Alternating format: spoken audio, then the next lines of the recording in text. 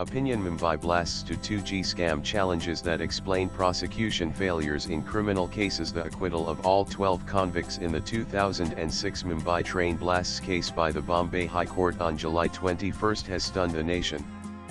The devastating attacks, which claimed 189 lives and injured over 800, led to a trial court convicting the accused in 2015. But the higher court overturned that verdict, citing the prosecution's failure to present credible evidence. This case reflects a broader trend in India's criminal justice system. Prosecutions in high-profile terror cases and other serious crimes often collapse due to weak evidence, procedural delays, and political interference, leaving victims and the public disillusioned. There are legal and political factors behind these failures. Drawing on the Mumbai case, the 2G spectrum scandal, and systemic trends, one can understand why convictions often remain elusive. Robust evidence is the foundation of any successful prosecution, yet criminal cases in the country often stumble here.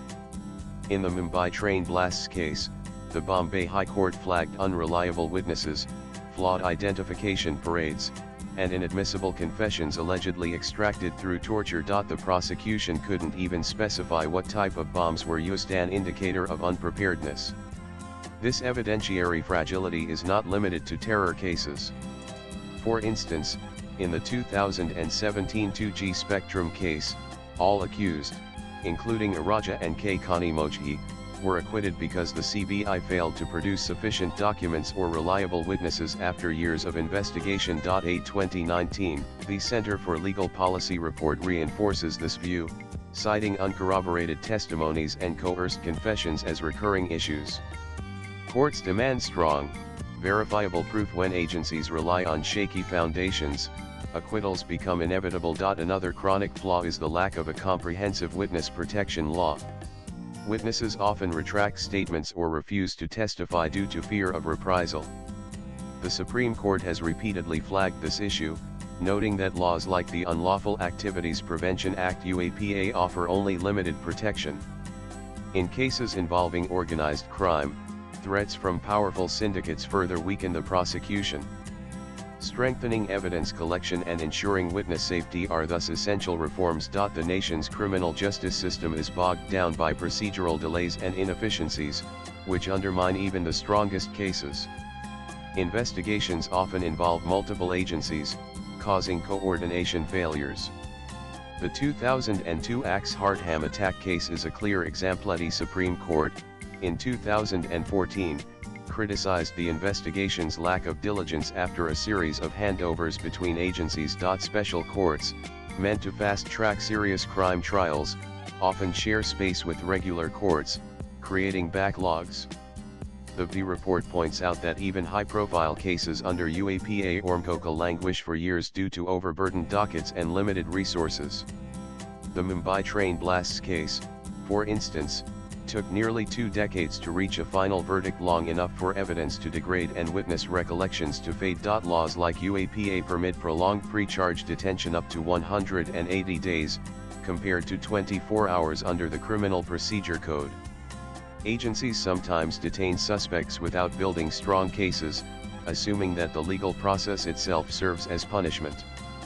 But once cases reach higher courts, judges scrutinize them more rigorously, often leading to acquittals, as seen in the Mumbai case. Better agency coordination and court infrastructure are key to reducing delays and improving outcomes. The country has stringent laws like the No Defunct Tada, repealed POTA, UAPA, and Maharashtra's MCOCA to empower law enforcement against terror and organized crime. But when misapplied, they often lead to prosecution failures. In the Mumbai case, the prosecution leaned heavily on MCOCA, but the High Court found the supporting evidence too weak, resulting in acquittals.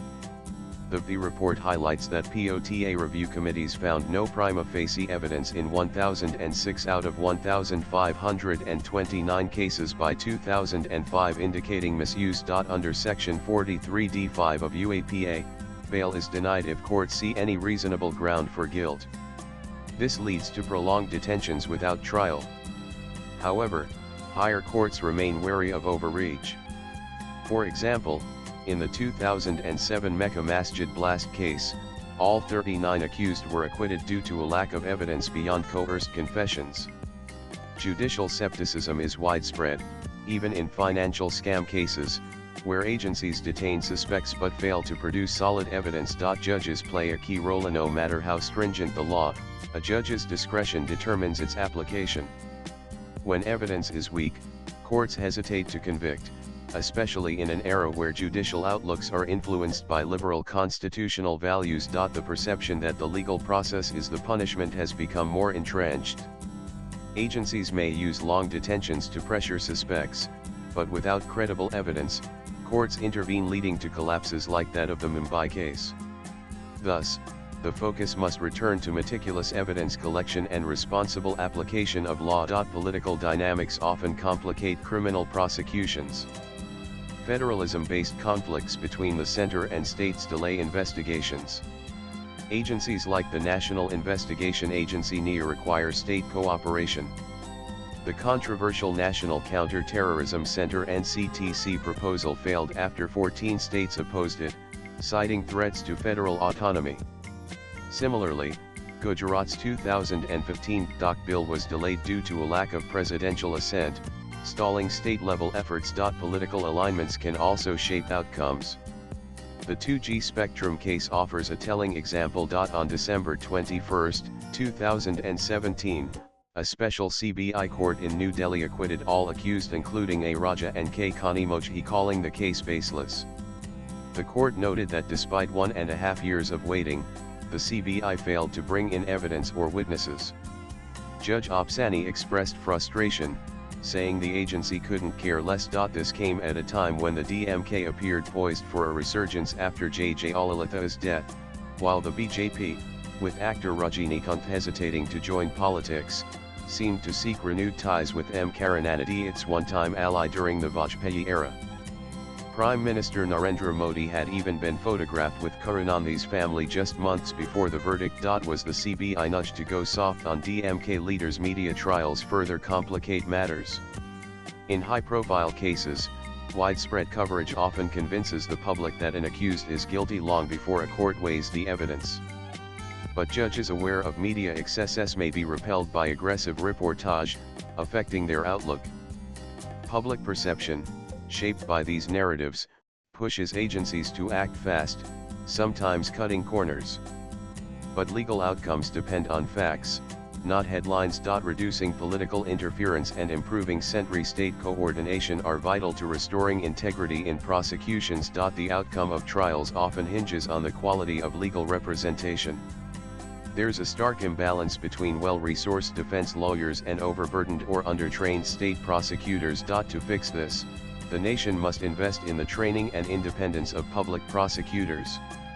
Only then can they counter the skill and strategy of top defense lawyers. The acquittal of all 12 accused in the Mumbai train blasts case is not just a legal outcome, it is a mirror to our broken criminal justice system. Evidentiary lapses, systemic delays, misuse of harsh laws, political meddling, and lopsided legal representation all contribute to failed prosecutions. These failures cut across terror cases, corruption scandals, and violent crimes, leaving victims without closure and eroding public faith in the system. Reforms are urgent. Investigative agencies need better training. Witness protection laws must be enacted. Court infrastructure must expand to reduce backlogs. Political interference must be checked by preserving institutional autonomy. And prosecution teams must be strengthened to ensure fair competition in the courtroom. Swipe left for next video. Justice in India cannot remain hostage to inefficiencies and influence.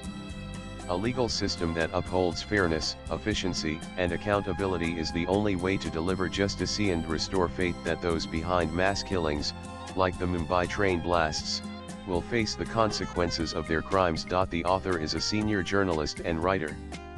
Views expressed in the above piece are personal and solely those of the author. They do not necessarily reflect News 18's views. Latest blogs.